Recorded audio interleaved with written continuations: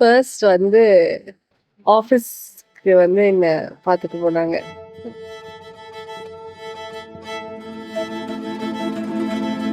Even though it's arrange but வீட்டுக்கு தெரியாமல் தான் ஃபர்ஸ்ட் மீட் வந்து வீட்டுக்கு தெரியாமல் தான் மீட். ஃபர்ஸ்ட் பேசினதும் வீட்டுக்கு தெரியாம தான். நான் வந்து ஒரு கெஸ்ட்டில் வந்து ஒரு 2-3 பிளேஸ், ஏன்னா இவங்க வந்து ஒரு 50 கிலோமீட்டர்ஸ் ரேடியஸில் தான் ஆஃபீஸ் இருக்குது கோயம்புத்தூர்லேருந்து அப்படின்னு சொல்லியிருந்தாங்க. ஸோ 2-3 பிளேஸஸ் கெஸ்ட் பண்ணி நானே கண்டுபிடிச்சிட்டேன் அந்த ஆஃபீஸ் கடைசியில். அப்புறம் வீட்டுக்கு தெரியாமல் வந்து நாங்கள் மீட் பண்ணோம்.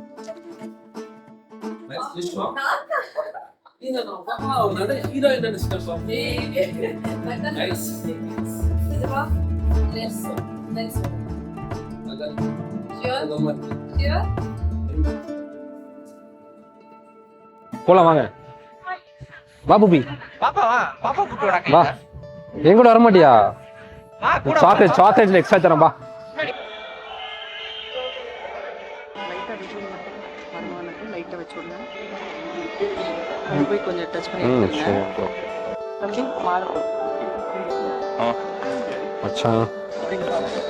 எங்களுக்கே வந்து ரொம்ப ஒரு சூப்பரான பேரா தெரியுறீங்க ரெண்டு பேருமே. லைக் ட்வின் ஃப்ளேம் இல்லை சோல்மேட் கனெக்ஷன் அதை மாதிரியும் சொல்லலாம். So you both are so good. வைப்லேயும் சரி, ஒரு சரிஷ்மாலேயும் சரி. அதை தாண்டி நீங்கள் அந்த மாப்பிள்ளை அழைப்புக்கு கார்த்திக்கு போட்ட எஃபர்ட்டோ எல்லாமே ஸோ குட்.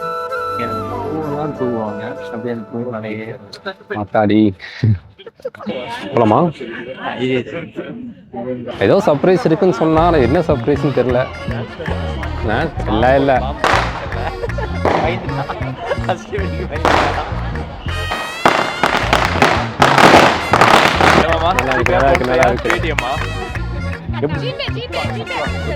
கேஷ் அக்செப்ட் பண்ணுறேன். Cash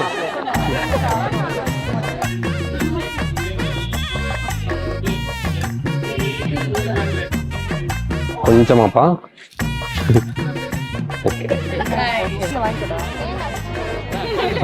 entry fees, registration fees.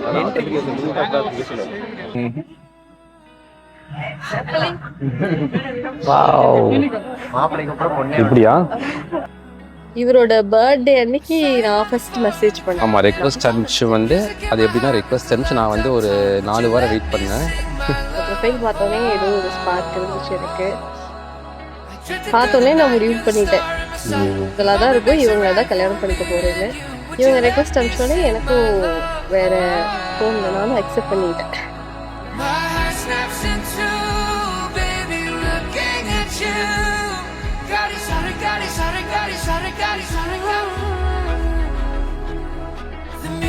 ஆமாம், even though before the first meet வந்து எனக்கு even though we didn't meet, எனக்கு அந்த ஒரு ஸ்பார்க் இருந்துச்சு, எனக்கு அந்த ஒரு அட்ராக்ஷன் இருந்துச்சு.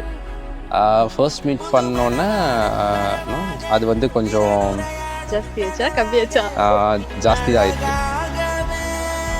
ஏன்னா என்றைக்குமே ஒருத்தர் புரிஞ்சுக்கிட்டு அனுசரித்து போகும்போது தான் நம்ம லைஃப்பில் ஒரு சந்தோஷத்தை எடுத்துகிட்டு போக முடியும்.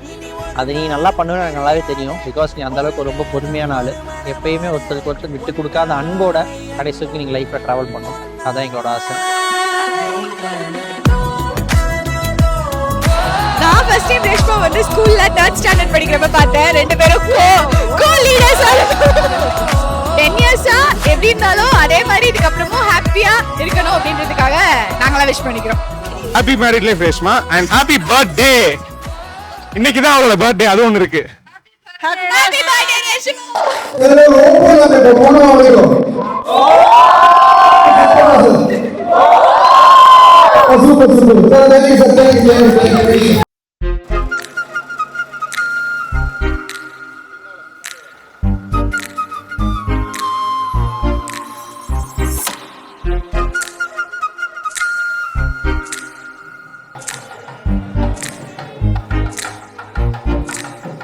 ஆக்சுவலி இந்த டேக்காகன்னு கிடையாது, இந்த டேக்கு அப்புறம் ஒரு ஆஃப்டர் திஸ் மொமெண்ட்ஸ் இன் லைஃப்னு இருக்குல்ல, நான் அதுக்கு தான் வெயிட் பண்ணுறேன்.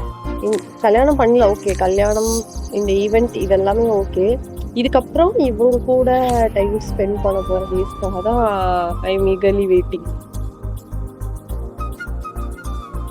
ரேஷ்மா அண்ட் கார்த்தி வந்துட்டு இது அரேஞ்ச் மேரேஜ் சொன்னா யாருமே நம்ப மாட்டாங்க. They are made for each other. நிஜமாவே சொல்லணும்னா என்ன சொல்றது, they look lovely together and I wish happiness, only happiness for both of them.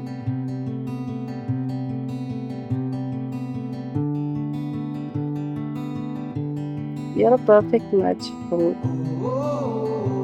யாரும் அந்த பிளேஸை வந்து ஃபில் பண்ணிக்கவே முடியாது. Somewhere the universe made us fall in love. எப்படின்னே தெரியல, அன்எக்ஸ்பெக்டட் தான்.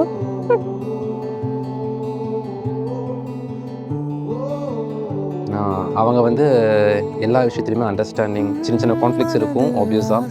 அதுவுமே பார்த்திங்கன்னா பெரிய ஒரு சண்டையில் முடியாமல் மியூச்சுவல் அண்டர்ஸ்டாண்டிங் முடிஞ்சு. ஸோ இப்படி ஒரு பார்ட்னர் வந்து எனக்கு I am forever grateful for her. அடிக்கடி கண்ணு வேர்க்குது இவருக்கு. இவர் அழுகவே மாட்டாரு, திடீர்னு கண்ணு வேர்க்குது. அறிவிட்டு பார்ப்போம்.